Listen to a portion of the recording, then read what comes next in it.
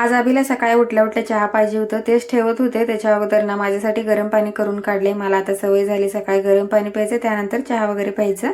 आणि आज अमावस्या होतं तर रोहिणीला सांगितलं होतं देव पूजायला. आणि इकडं चालू आहे माझी नाश्त्याची तयारी. आज ना इडली करायचं म्हटलं, खूप दिवस झाले केलं नाही. तर रात्री मी प्रीमिक्स भिजण्यासाठी ठेवले होते आणि मी शक्यतो ना प्रीमिक्सच इडली करते. त्याचं छान होतं, जास्त काय व्याप नसतो त्याला.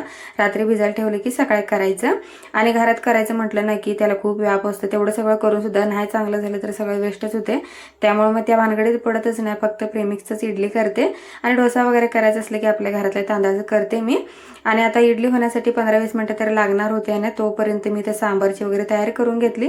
चटणी केलं, सांबार केले, त्याच्यानंतर ना सगळ्यांसाठी नाश्ता पण वाढून दिला. आणि आता एवढ्यावर भागणार नव्हतं, स्वयंपाक पण करायचं होतं मुलांच्या डब्यासाठी. तर मी ते सांबार भरपूर केलं होतं, त्यामुळे फक्त चपातीच करणार होते.